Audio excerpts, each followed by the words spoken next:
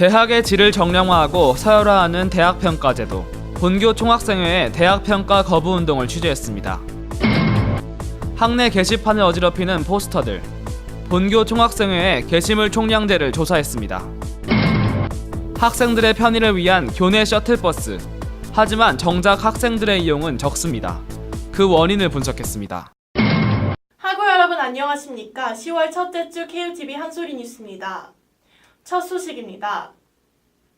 대학의 가시적인 실적을 바탕으로 평가하는 대학평가제. 하지만 이런 평가제도는 대학을 서열화한다는 점에서 비판을 받고 있는데요.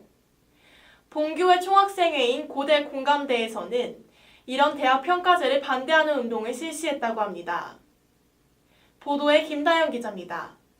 지난 21일 고려대학교 총학생회 고대 공감대는 중앙일보의 대학평가를 받아들이지 않겠다는 뜻을 밝혔습니다.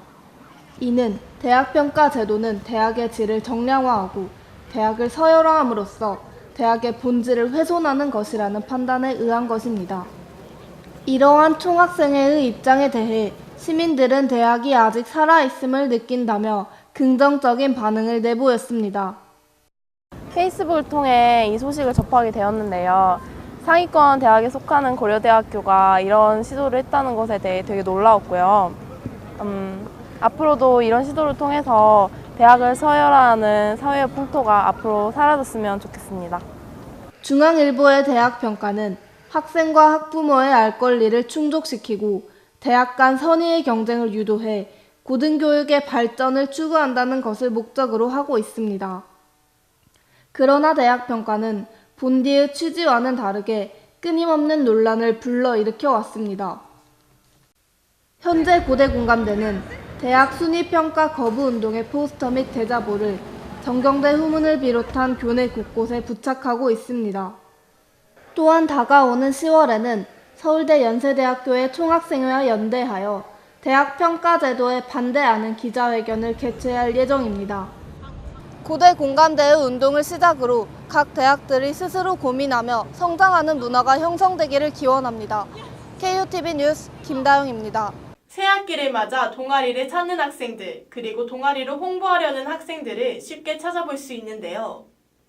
학내 게시판에 어지럽게 붙여진 포스터들 사이에서 원하는 정보를 찾기는 힘들어 보입니다. 총학생회에서는 올바른 게시판 문화 조성을 위해 게시물 총량제를 실시한다고 합니다. 보도에 김자영 기자입니다. 개강 초 지원서를 들고 동방을 기웃거리거나 게시판을 찾는 학생들을 심심찮게 볼 수 있습니다. 일부 동아리는 부스를 직접 설치해 학생을 받지만 대부분의 동아리들은 포스터로 홍보를 대신합니다. 그러나 게시판 관리가 잘 되지 않고 있어 학생들의 불편함이 가중되고 있습니다.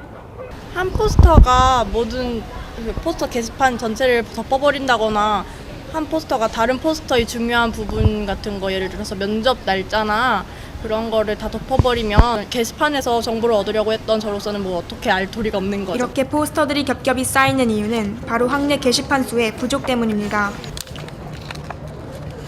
현재 학내에 설치된 게시판은 모두 11곳, 학생회관, 중앙도서관, 법학관, 사대신 본관, 다람쥐길, 동양글로벌 리더십 센터, 전경대 후문, 국제관, 과학도서관, 미래융합과학관입니다.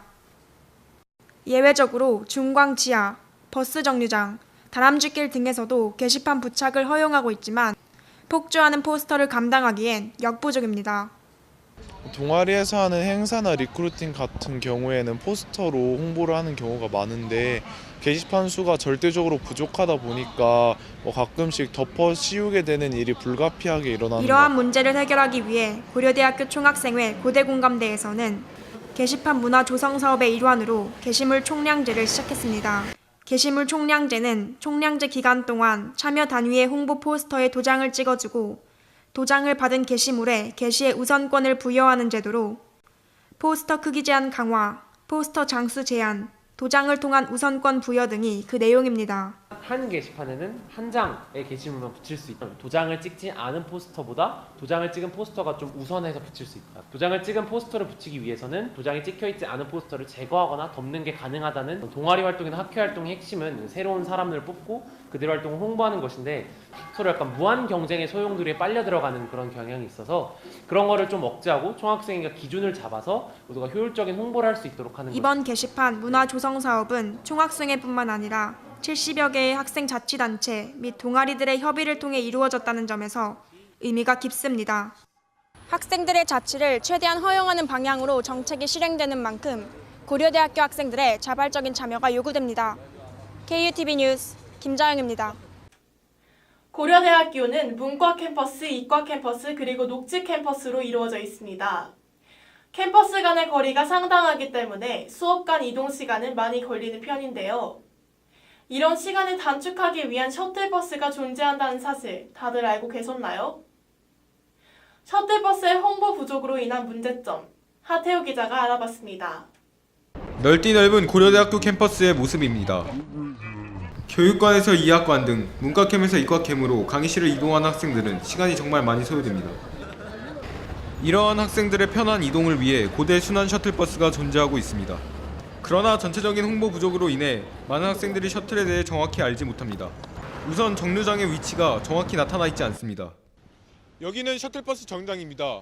정류장의 위치가 명확하게 나타나지 않아 학우들의 이용률이 저조합니다.